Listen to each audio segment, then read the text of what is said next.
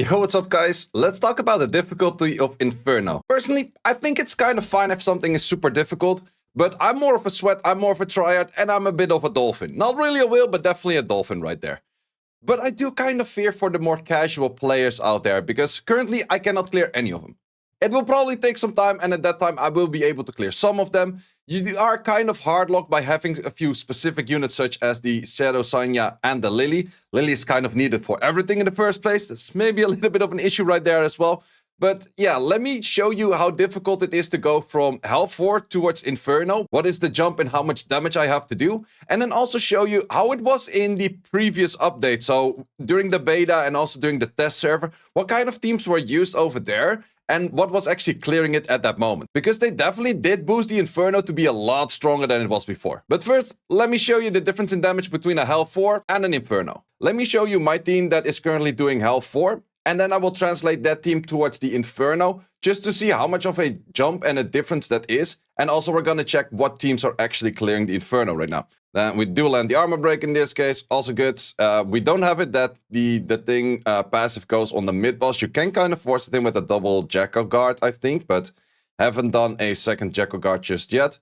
Would probably need it for the Inferno if I really want to push for that, but just to showcase that this team can clear it pretty comfortably, especially with that second hit. I'm not sure if the second hit fully kills, but let's just see. So this is after a second hit on this, and we pretty much take it down to all the way to the T. So keep that in mind. Second rotation of the thing does enough damage to get to the T. Let's compare that towards the Inferno. We're in the Inferno right now. Let's see how much we can do on the Inferno if we do the same thing. So we're gonna get that hit in. That is fine. Okay, he does already outspeed me, which is a little bit of an issue. But let's just see how far we get. Okay, first of all, we missed that, so that's an insta GG right there. I'm not sure how much accuracy you actually need to permanently land that. But I think that my Heimrich is sitting at a proper amount of accuracy as well. Yeah, 103. I wouldn't say that's low, but it's not crazy high, but it's also definitely not low. Doesn't have the skill fully maxed on the skill 3, but let's see. Okay, we do land it right now. We did not land the buff block though, and not landing the buff block is actually pretty much bad as well, because then you don't do as much. But let's just see how much of a damage difference there is between the previous thing we did. Do okay damage, but yeah, okay damage is not really gonna cut it just yet. So let's see if we can actually still strip this. Yep, we do strip that. That's good. So we do get a little bit of pushbacks in. We get the resetter of the skill over here. And he goes for a nasty hit once again. Does that kill? Does not kill as of yet. But let's see how much damage we go right now. So second rotation on the other one was bringing it towards the T. Look at the difference. I have to do almost 2.5 times as much damage to Termaton Inferno compared to Termaton on the Hell 4. And that is a pretty substantial jump for 2.5 times as much HP, or I have to do 2.5 times as much damage. So with that, I'm pretty far away from actually clearing this. Is that much of an issue for me? No, I think I will get there at some point, but it's definitely something that is noticeable. Like, okay, it is a lot more difficult. And therefore, also the only thing you actually do mention seeing it is a combination of 2 LDs, which is the Shadow Sanya with the Lily.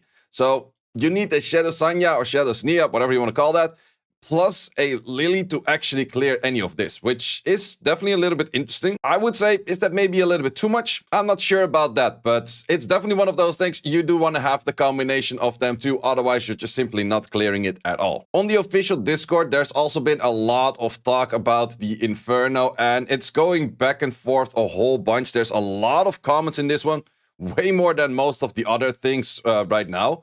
But yeah, that's actually a pretty interesting topic as well, because so far, as you have been seeing, pretty much no one is really clearing Inferno Termaton without Shadow Sanya. So, and actually a Lily, you need both of them. So let's see how the other dungeons look like on Inferno as well. So we got to keep in mind, from Hell 4 to Inferno, you need about 2.5 times as much damage to actually clear anything, which I'm pretty sure wasn't the case in the beta, and I think in the beta was a lot easier. So Doki Doki, I think, is a lot more doable, because it's more of a run based on like where you can kind of cheese the whole dungeon, where you can just make sure that you sustain enough, you can CC enough, and therefore it's definitely a lot more doable. Whereas things such as Termaton, there's just one strategy: do enough damage or die.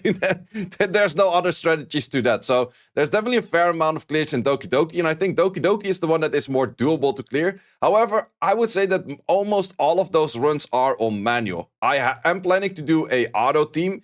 I did full skill up a Mio. Maybe that is my key to actually do that, but that will be for a future video. The Aurora has not been cleared yet at all, which I'm not surprised about it, because you cannot dot it, you cannot really cheese it. This thing will probably do an insane amount of damage, and you need level 55 to unlock it, which a lot of people aren't yet, but I'm pretty sure that this thing will be really hell. Talking about the Shell dungeons, there is a Nikonana team that I have seen before with a pretty much a similar team that I'm using right now.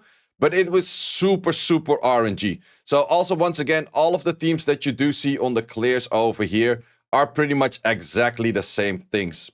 These are just straight up Shadow Sanyas, and that is about it. The team that I actually did see was this, which is definitely very tricky. Also, he did use a clause that had the Black Moon on it, so high chance for landing the accuracy things.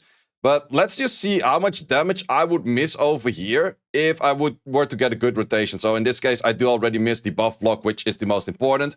I don't get the slow, which is also very important. And this is where they start hitting pretty hard. So let's see. Well, we don't have the slow. So if you don't have the slow in there, you pretty much do no damage. Plus, the RNG is that you shouldn't be getting any stuns at any given time. So let's see if we can get a slight bit better of an RNG rotation here. Okay, we do land both of those right now. Let's see if we also land all of this. We do land pretty much all of that except the hack-in, which is a little bit of extra damage as well. We do get the stun on the Lily, which is bad, so therefore we don't have a second rotation on the thing later. We do go for an insta-kill over there. It's better if the claw slightly survives on that, but didn't in this case. So let's see. We do get a stun on that once again, and then the run is pretty much over. So yeah, that is kind of the thing that you're working with for this dungeon, where they simply, yeah, it is not easy, man. I can tell you that much. It's not easy. So this team is the only team that I've seen clearing it, but you need an insane amount of RNG to actually pull that off by not getting stunned at wrong moments and those kind of things. I have seen some slower teams with a Rosa and then a Linglo and then kind of working your way around there. But in the end, dots are definitely just the way to go for this dungeon as well. Otherwise, you're just not going to be cutting it. Then we have Sharon, which you can actually not dot. And this is also the team that kind of gave me the sense of like, maybe it's not that bad that the Inferno is difficult, because that gives a chance to people to get creative. In this case, they're using a Chachi the Guard, which is a buff extender and then also prolonging immunity. And with that, they're actually making their kill, which is definitely a really interesting take to see how people get creative the moment that things are not working out. And this is also the exact reason why I would say that the Inferno, sure, it's on an insane difficulty, maybe it's slightly down-tuned, I would say, but definitely don't down-tune it where it's super easy for everyone, because in the end, sure, it's always like Lily-based, that's definitely the name of the game, everything is Lily-based, but people do get more creative at some point, and I think no one has been ever looking at this unit, and I think Moya was the first one to pick that up and actually started clearing it with that. And that is the thing, over time, people will get more creative, people will do more testing, and people actually figure out like, hey, we can maybe use this cheese strategy to clear those bosses here and there. And I think that is going to be the way in the end, where people do figure it out how to clear it in the future. Let's see about the Shadow Flame Oyan, which is also an interesting one. The first clear was based on also Kazuyo, which is pretty much just making sure that all of the sides never can do the counters, and then you can just go for free hits with the Lily and Shadow Sanya. Once again, all of the teams are Lily, Shadow Sanya. Like that's kind of a thing. And that is the thing why I would say it has to be slightly down-tuned, definitely. Because right now, a lot of the content is really hard-locked by having a Shadow Sanya and having a Lily. And that is definitely a little bit unfortunate, especially for PvE. Because in the end, this game is supposed to be PvP-driven. And PvP-driven does kind of mean that your PvE shouldn't be crazy hard, at least for the stages of farming. Sure, if you want to have hard PvE, then you should be focusing on like the Anysync Echo or Amber Track. Those kind of things are fair to be like hard PvE stages.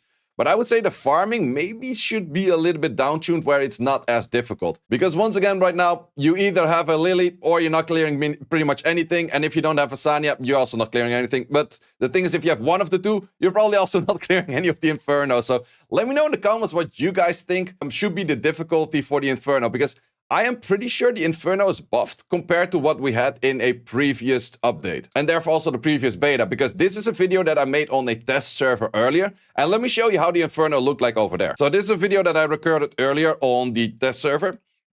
And this was the team.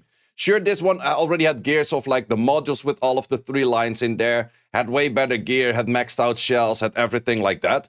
But the things that I'm using here, I didn't have that much more HP. I didn't have that much more damage. In the current state of the Inferno, I'm pretty sure that this Victor would just instantly die. Like that Victor... Oh, wait, you don't even see the HP bar. Let me fix that for you.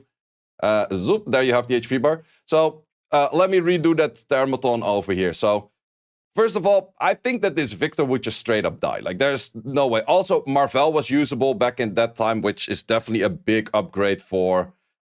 being able to clear anything, because then you can make things slower and you still fairly much outspeed stuff because of the Marvel just being insanely good. Dina going in, and then after that we only have 1 damage dealer, which is the Victor, which is interesting to see that just the Victor by itself can nearly annihilate that. That is an insane amount of damage. And then he gets the boost up from the biotin and, dead. That's the thing. Like, I'm not expecting to see that kind of stuff anytime soon. So let's look at the stats, what he had, and is it super crazy to actually get those stats? So if we're looking at the stats of the Heinrich, I would say it's decent stats, but it's absolutely nothing too crazy. It's more damage style than it's actually HP or defense style. And I'm pretty sure with this HP and defense right now, you're gonna get one-shot in Thermaton, 100%. Same for the Victor. Sure, Victor, really insane attack stats. Absolutely insane. 2.8 on 176 on a 90. But the HP and defense, I'm pretty sure due to a current state of Thermaton in Inferno, you're gonna heavy die. So I'm pretty sure that this wouldn't even clear it as well. This was the team that I was doing it with. And if you look at the attack and crit damage stats, 280 crit damage, 2k attack, White Fang in there. I definitely do think that this would also kill in the current state of Thermaton if you were to use this kind of the thing next to a Lily. In this case, it actually went without a Lily. And that's how the Victor looks like. So also, once again, 219 is a lot of crit damage on that amount of attack. Also still maxing out on the crit rate. So 100%, a lot more stats than we currently have. But once again, the first hit doing this much damage in Inferno currently, it's doing a lot and a lot more damage. That's 100% a thing, I can tell you that much. So let's see over here how much damage we do. Okay, first few hits in, totally fine. A lot of damage rocking in right there. Well, that's already the issue. You cannot really survive to get the team in like that. But this nearly one-shots the Inferno Thermaton. And that was in the previous updates or the previous beta kind of style. So this was on the test server. But that kind of gave you the feeling of like, okay, what was doable there, which isn't really doable right now. And just to showcase how people were clearing Doki Doki at that time, it was pretty an interesting one as well. So let me show you how that works. So we do use a Romocha, and this is also the way that people actually felt like Romocha had to be. And therefore Romocha would do insanely good.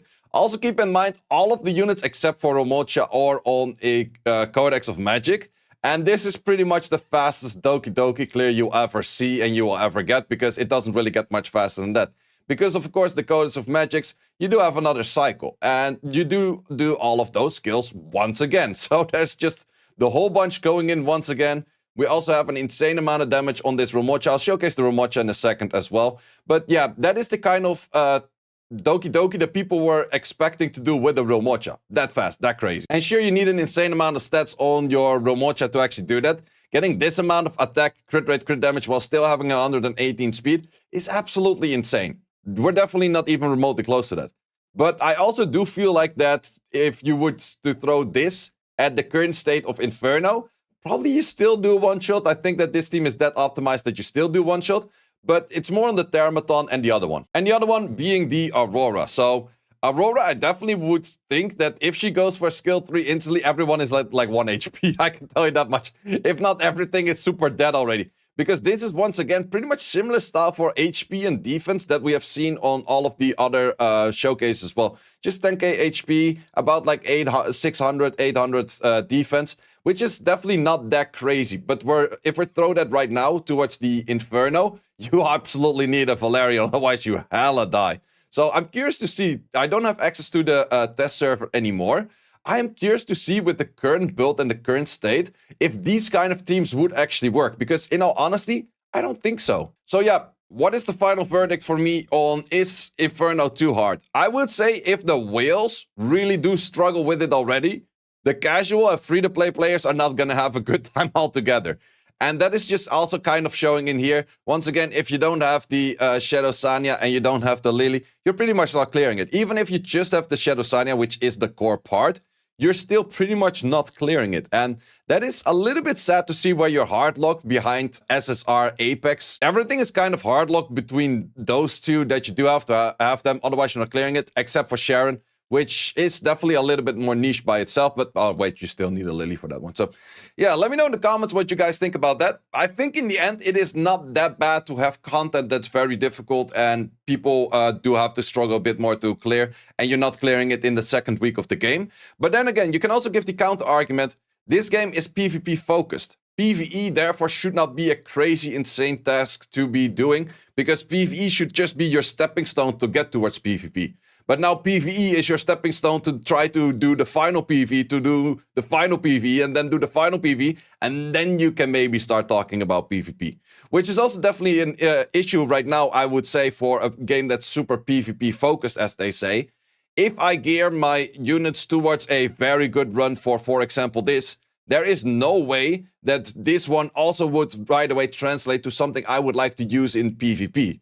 So it would be really nice that if there is a split between your gear, that you have gear that you use for PvP and gear that you use for PvE. Of course, it's the same modules, it's the same shells, but it's like a complete different loadout. It's a different environment. And you could say it's like, oh, you can switch loadouts back and forth. Yeah, but every time you get an upgrade, you have to update all of your loadouts. If you're using like 20 different units at some point, you have to switch back and forth like 20 different units. Way too much work. If they have their own environment, of like, okay, this is all of your modules that you currently have, but in PvP, you can place them on any unit, and that will not change anything on your PvE, and the other way around, if you change anything in PvE, it does not change anything of your settings in PvP. Would be absolutely incredible, and I think it's definitely one of those things that this game will add. Just the question is, how fast will they pick that up?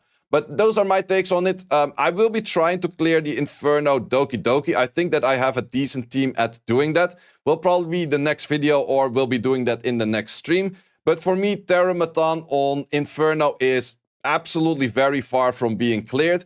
Also, I would say Nico Nana is very far from cleared. I do think that Sharon I might give a try, and Shadow Flame Hoyan is even way further from cleared on the Inferno. So those are my takes on the Inferno right now. I'll still be farming the Hell Force for pretty much everything until I actually do have a chance to farm those Infernos. Let me know in the comments once again, can you farm the Infernos? Can you do it without the Shadow Sanya, or are you using that one?